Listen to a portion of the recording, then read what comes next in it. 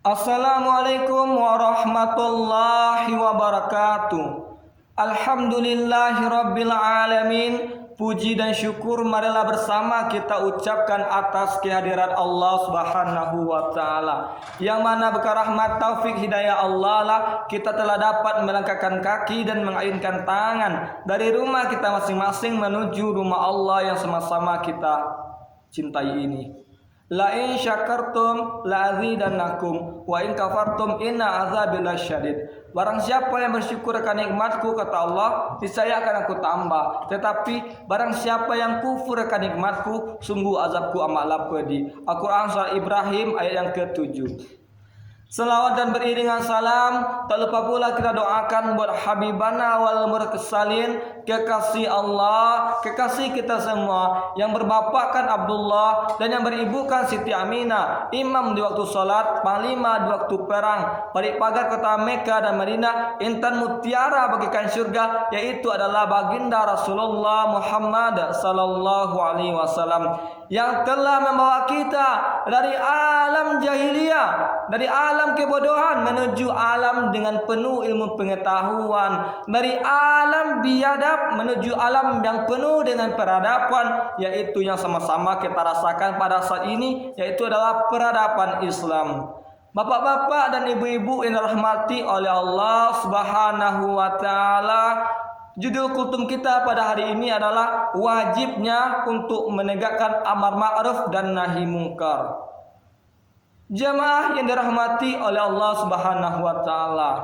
Allah Subhanahu wa taala berfirman dalam Al-Qur'an surat Ali Imran ayat 100 yang ke-10. Di situ menjelaskan bahwasanya Allah berkata kepada kita semua umat Islam. Allah bersumpah kepada kita semua ini umat Islam khususnya. Kuntum khaira ummatin ukhrijat linnas ta'muruna bil ma'ruf wa tanhauna 'anil munkar wa tu'minu billah. Apa kata Allah Subhanahu wa taala? Kuntum khaira ummatin ukhrijat linnas. Kalian adalah umat yang paling terbaik yang Allah lahirkan di muka bumi ini untuk manusia. Semenjak Nabi Adam alaihi wasallam sampai dengan umat Nabi Muhammad, umat yang paling terbaik itu kata Allah adalah umat Nabi Muhammad sallallahu alaihi wasallam. Ketika apakah umat Nabi Muhammad ini dibilang oleh Allah sebagai umat yang terbaik? Apakah karena amal-amal ibadah, amal-amal soleh, amal-amal ahli surga yang pernah dia lakukan semasa hidup di dunia ini, hingga kita ini disebut oleh Allah sebagai umat terbaik? Apakah karena ibadah kita pada siang harinya kita mengisi dengan sholat, dengan puasa sunnah, dan pada malam harinya kita mengisi dengan sholat tahajud, membaca Al-Quran, one day, one juz? Apakah karena itu semua kita ini disebut oleh Allah sebagai umat terbaik? La, tidak. Akan tetapi kita ini disebut oleh Allah Subhanahu wa taala sebagai umat terbaik itu adalah ketika ta'muruna bil ma'ruf wa tanhauna 'anil munkar wa tu'minu billah. Yaitu adalah ketika kita mampu untuk menyeru, mengajak orang lain kepada yang ma'ruf, kepada yang baik, kepada agama Allah, kepada inna dina indallahil Islam, kepada agama yang diridhoi oleh Allah, yaitu adalah Islam.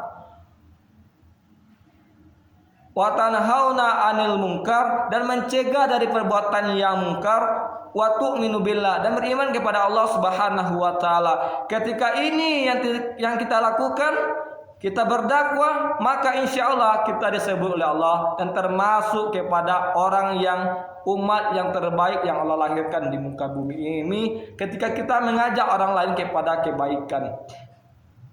Jamaah yang dirahmati oleh Allah Subhanahu wa taala, dalam sebuah hadis menceritakan bahwasanya ketika ada seseorang yang tidak mau menegakkan amal ma'ruf dan nahi mungkar, dalam sebuah hadis bahwasanya ketika Allah Subhanahu wa taala ingin menurunkan azab, ingin menurunkan ujian, ingin menurunkan malapetaka kepada suatu negeri, maka Allah akan berkata kepada para malaikat, wahai para malaikat semuanya, Hari ini saksikanlah bahwasanya aku telah murka kepada penduduk negeri itu, yang mana di sana banyak sekali kemungkaran, banyak sekali kesyirikan, banyak sekali di situ orang-orang melampaui batas-batasku.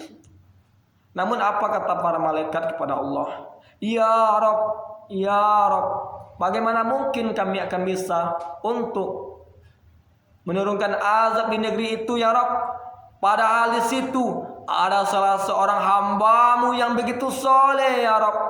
Pada malam harinya, pada siang harinya dia mengisi dengan amal-amal ibadah. Pada siang harinya dia melakukan berpuasa. Dan pada malam harinya dia melakukan sholat tahajud, bahkan sampai bengkak-bengkak kakinya ya Rob. Saking solehnya ya Rob. Namun apa kata Allah Subhanahu wa ta'ala? Kalau begitu, mulai dululah dari hambaku yang soleh itu. Tidakkah berarti kesolehannya itu di sisi Allah Subhanahu wa ta'ala?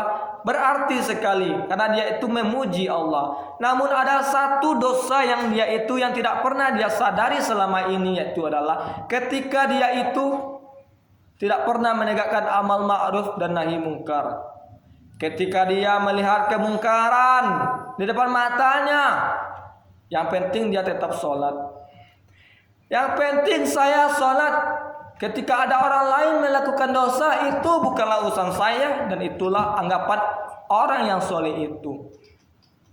Ketika dia melihat orang berzina di depan matanya, dia tidak peduli untuk menegurnya.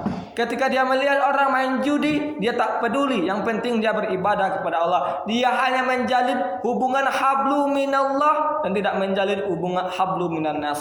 Karena inilah banyak orang yang tersesat dan tidak ada pencerahan di situ, dan tidak ada orang berdakwah di situ. Di situ hanya dia itu fokus untuk beribadah kepada Allah, dan dia itu tidak pernah mengajak orang lain kepada jalan Allah. Man ra'a minkum munkaran falyughayyirhu biyadihi fa in lam yastati' fa bilisan fa in lam yastati' fa biqalbi wa alful iman. Barang siapa di antara kalian yang melihat suatu kemungkaran, maka hendaklah dia itu mencegahnya, merubahnya itu dengan tangannya. Apabila tak mampu dengan tangannya, maka rubahlah dengan lisannya. Ketika juga tidak mampu dengan lisannya, maka yakinkanlah dalam hatimu bahwasanya kamu itu sangat benci sekali kepada perbuatan itu. Kamu sangat benci sekali dengan perbuatan itu, dan itu adalah selemah-lemahnya iman. Bahkan dalam hadisnya lain dijelaskan bahwasanya ketika kamu melihat kemungkaran namun kamu diam, itu perumpamannya itu ibarat setan yang bisu. Sudahlah seperti setan bisu lagi. Maka bahaya sekali ini wahai teman-teman semua, wahai jamaah yang dirahmati oleh Allah Subhanahu wa taala. Maka wajiblah hukumnya untuk kita ini berdakwah. Karena bahwasanya Allah berfirman di dalam Al-Qur'an surat Ali Imran ayat yang ke-104, wal takum minkum ummatun yad'una ilal khair wa ta'muruna bil ma'ruf wa yanhauna 'anil munkar wa ulaika humul muflihun. Maka hendaklah adalah satu golongan di antara kalian yang mengajak kepada yang ma'ruf dan mencegah dari perbuatan yang mungkar.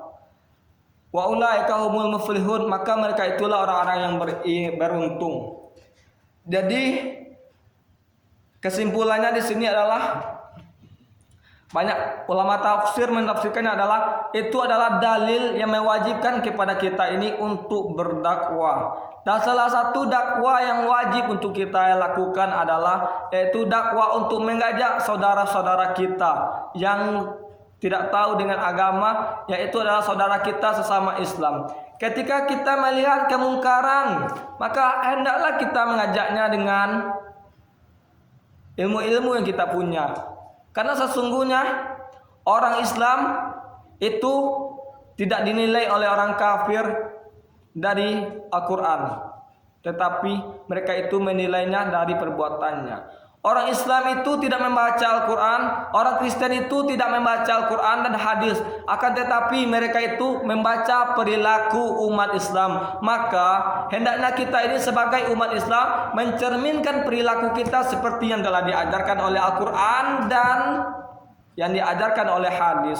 Ketika itu yang kita lakukan, insya Allah kita akan mulia di sisi Allah Subhanahu wa Ta'ala.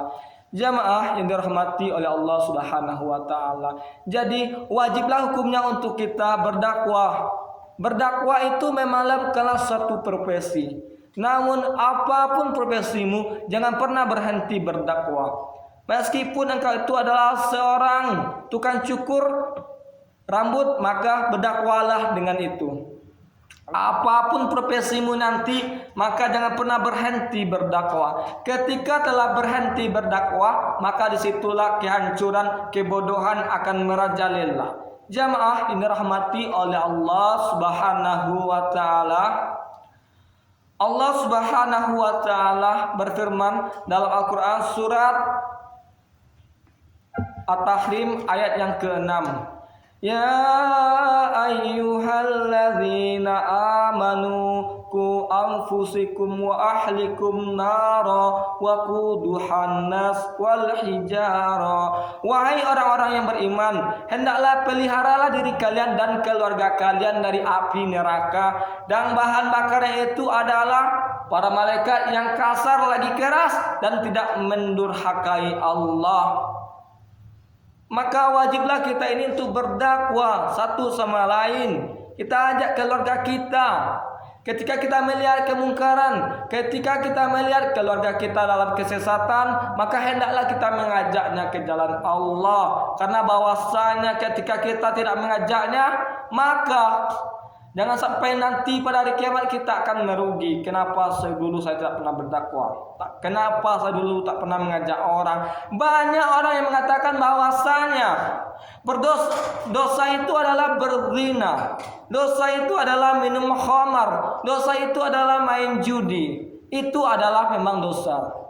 Itu hanya dilakukan oleh orang awam.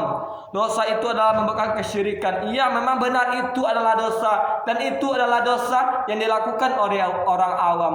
Namun ada satu dosa yang dilakukan oleh orang Islam, yaitu adalah ketika membiarkan saudaranya masuk dalam kelalaian dan membiarkan saudara-saudaranya berada dalam kesesatan. Maka inilah dosa yang dilakukan oleh orang yang beriman.